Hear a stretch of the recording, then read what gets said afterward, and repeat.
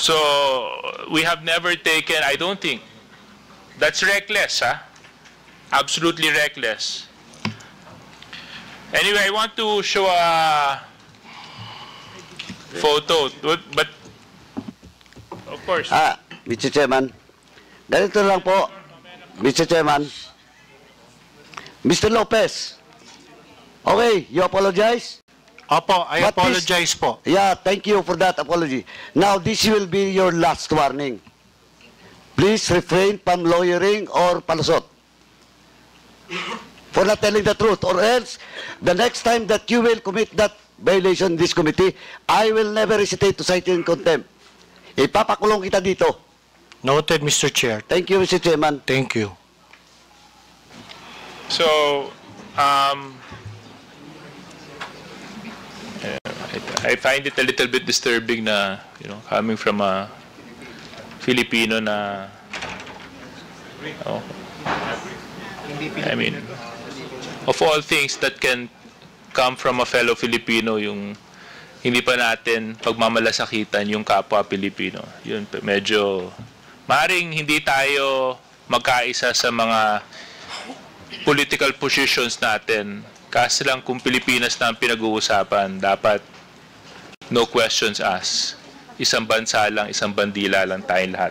Anyway, Comsec, can you just post a photo? I just wanted to get clarification on this. Yeah, can you zoom into the photo?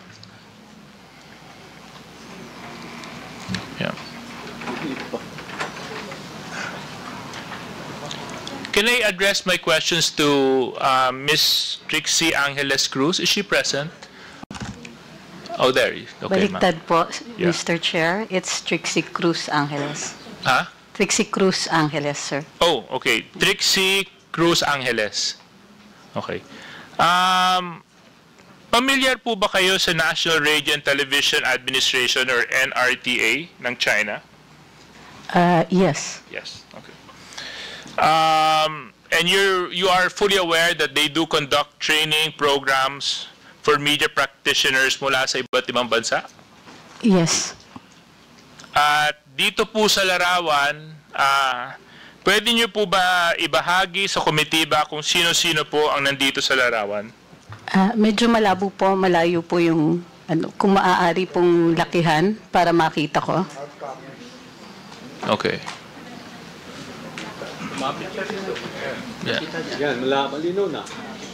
Hindi, kasi dito malinaw. Pwede lumapit na siya. Pwede naman po kayo lumapit dito, Miss Angeles.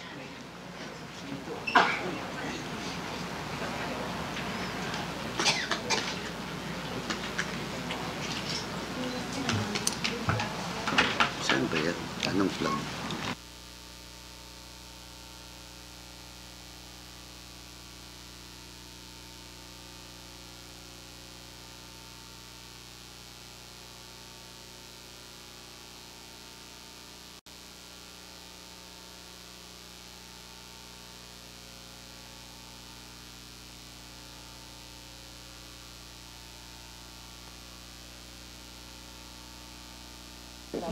I can name some of them.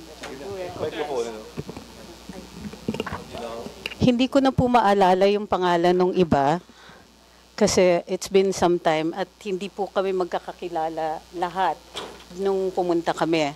So ang naaalala ko lang iyan si Miss Pia Morato who was speaking for the group. She's in front. Tuturo ko ba? Yes, please. Yes, please.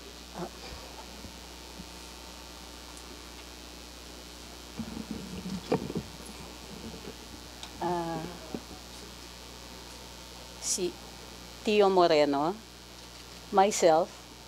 Tio Moreno? He was there as a journalist and I think an information officer.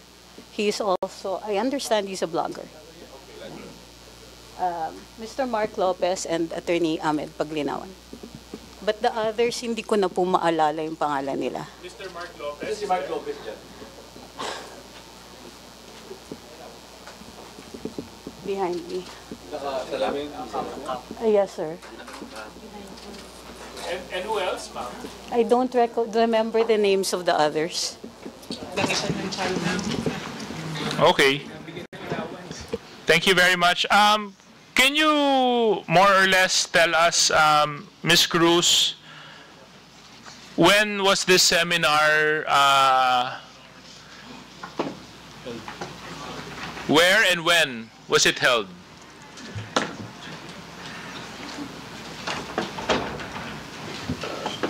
In China, on May 23rd to June 5th, 2023. So 2023. Yes, sir. So again, what dates? May 23rd to June 5th, 2023. So ilang araw po kayo sa China, Ms. Cruz? May 23rd. Mahina po ako sa math, but from May 23rd to June 5th, I assume that's about roughly about 12 days. 12 days, so more or less around 2 weeks. More or less, Yeah. yeah. And this seminar, was it sponsored or did you have to pay for your seminar fees? This was sponsored. So, ang nagbayad po nito ay yung state of China, Yes, sir. China government. Ang nagbayad sa inyo, Yes, sir. sa travel ninyo, sa stay ninyo, at sa seminar. Okay. Paano po ba kayo naimbitahan para maging bahagi ng seminar? Through the Chinese embassy. Through the Chinese embassy. Pinili po kayo ng Chinese embassy. They conduct these regularly, I understand. There are others who are also invited from the mainstream media. Pero hindi po kami magkasabay that time. So, I understand that this is conducted regularly. I think yearly. I'm not sure though. So, it is a state-funded program by China where they invite media practitioners such as yourself. Am I correct? I think this is one of those times where they've invited vloggers. Okay, vloggers, yes.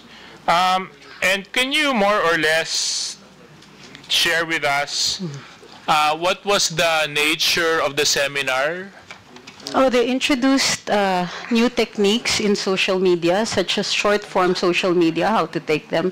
A lot of them were technical, emerging issues, but they also gave a background on China. And I'm sorry, that's all that I can recall. Okay.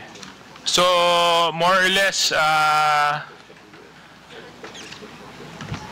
kulang-kulang isang linggo po kayo doon, no? Maayos Dalawa naman po ang Kulang-kulang ng 2 linggo. Kulang-kulang na 2 linggo, sorry. Maayos naman po ang pagtrato sa inyo ng bansang China habang nandun kayo. Maganda yung hotel, maganda yung Hindi accommodations. po siya hotel. Oh, it wasn't a hotel. Hindi po hotel, dorm po. Dorm. Okay. So was this the first time that your group participated in such a seminar? I don't know about your group, sir. Oh, sorry. I mean the group that you were with. Ngayon ko lang po sila nakasabay. So you've been Ilan? there before? Yes, sir. There is a cultural exchange agreement between China and the Philippines since 1970s. Okay. I was in Xi'an for an archaeological seminar, part of our cultural exchange agreement because I'm an archaeologist. So, si Mr. Mark Lopez, kayo po ay naging bahagi din ng seminar, tama? Oo. Naka-ilang bisita na po kayo o naka-ilang seminar na po kayo dito sa state-funded activity ng China? Sir, yan lang po yung na-attendan ko po. Again? Yan lang po ang na-attendan ko. Ito lang po yung nadaluhan ninyo? Okay. Yes, sir. Sir, pa-correct lang po. Yung punta ko sa Xi'an was a conference on cultural property. Would you think that the seminar that you attended affected your perspective or the work that you do? Ako po o si Mr. Mark Lopez? Kayo Myself? po, Ms. Cruz.